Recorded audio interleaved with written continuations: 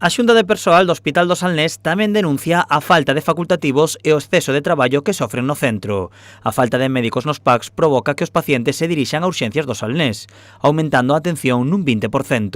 En estes últimos 6 meses temos unha media de asistencia a urxencias de 150 pacientes diarios, que é moi importante con respecto a ese ano prepandemia.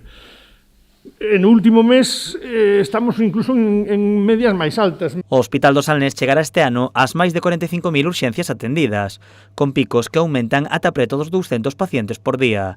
Segundo explica o persoal, a sala está saturada e os pacientes teñen que agardar horas. A sala está chea, os pasillos están cheos, a xente está fora esperando porque non ten por onde estar dentro, o sea, nos atopamos un servicio de urxencias realmente bastante novo, no que non temos onde meter os pacientes porque se incrementou muitísimo as atencións.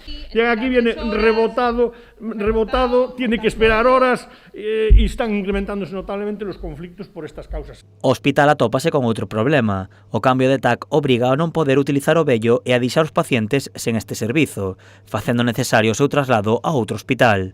O tempo pode afectar gravemente ao ferido. Si una ambulancia está haciendo un traslado para un TAC, el siguiente tiene que esperar a que se resuelva el primero y así sucesivamente. Y en algunos casos son TACs urgentes de pacientes graves que están inestables y que se pueden complicar en cualquier momento. A situación de falta de médicos tamén afecta a pediatría e a atención primaria. De feito, segundo a Xunta de Persoal, aínda contan en plantilla a un médico que leva anos xubilado.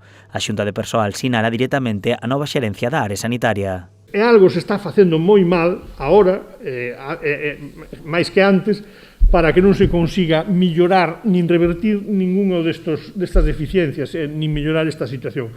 É todo o contrario, vamos a peor sin ningunha remisión. Os médicos creen que se está intentando desmantelar a sanidade pública. O argumento era que os profesionais estábamos de vacacións no verán, que non había profesionais suficientes para cubrir as nosas vacacións e que ese era o problema. Ahora, en onde estamos? Seguimos nas vacacións de verán, os profesionais ou como é? Cal é o argumento que dan para non poder cubrir todo eso?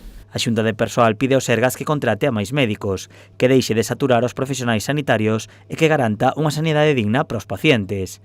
Temen tamén que esta situación poida empeorar, xa que, segundo advirten, o 40% dos médicos da área sanitaria está preto de xubilarse.